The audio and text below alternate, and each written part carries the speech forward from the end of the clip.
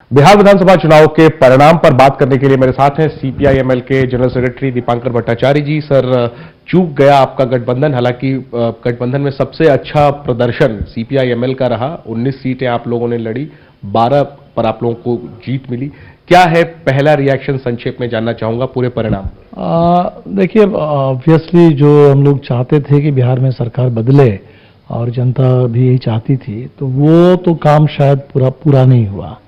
उसका एक थोड़ा अफसोस है और उसमें देखना होगा, क्योंकि बहुत सारी सीटें एन वक्त पर जो रिजल्ट आया तो उसमें बहुत कम वोट से हमारे भी उम्मीदवार, कांग्रेस के भी, राजद के, सीपीआई, सीपीएम, सभी पार्टियों में तो 10-12 सीटें हैं जहां बहुत कम वोटों में। तो उस पर देखना होगा अभी कैसा क्यों हुआ, क्योंकि हमारे हिसाब से बहुमत एनडीए को बिल्कुल नहीं मिलना चाहिए था। और शेष तो पहला चरण बहुत अच्छा गया, लेकिन दूसरे और तीसरे चरण आते आते कुछ थोड़ा शायद चीज़ें कुछ बदली, तो ये सब की समीक्षा करनी होगी।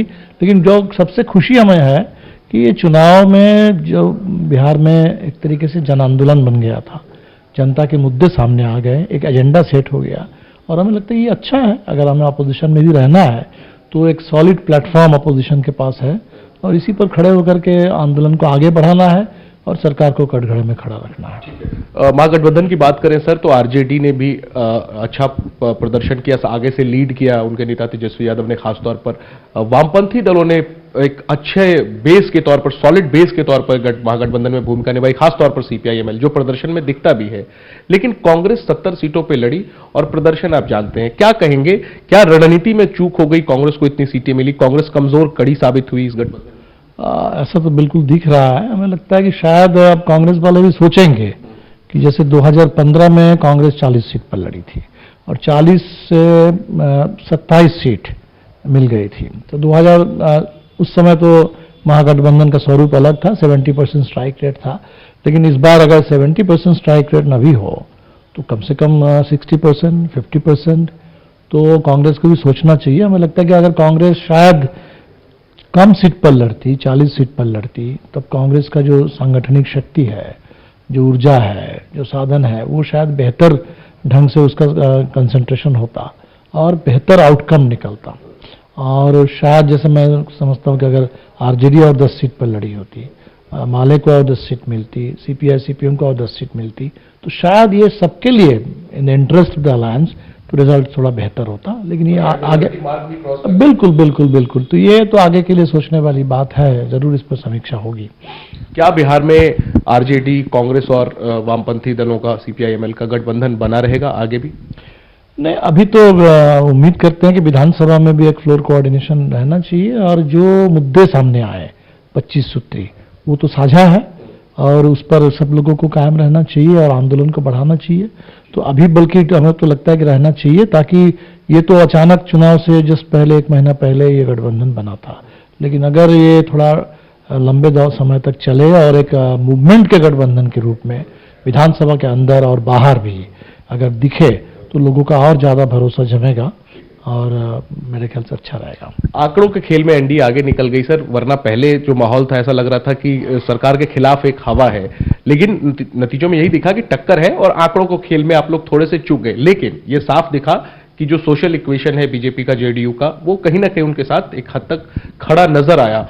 कहां कमी रह गई रणनीति में, रणनीति के स्तर पर चूक में, महागठबंधन के स्तर पर, या फिर आप लोगों पर जो जंगल राज का आरोप लगा गठबंधन पर, उसका नुकसान? नहीं, मुझे ऐसा कुछ नहीं लगता है। देखिए कि क्योंकि एक बात तो तय है कि जो मुद्दे हम लोग सामने रखे थे, उन मुद्दों, वो हमारे अलग से मुद्दे नहीं थे, जनता के मुद्दे थे, और उसके लिए समर्थन बिल्कुल बरकरार था। कमी कहां रह गई? कमी आप ये कह सकते हैं शायद थोड़ा और संगठन, थोड़ा सा और आंदोलन। जैसे पूरा चुनाव हमने कहा कि आंदोलन बन गया था।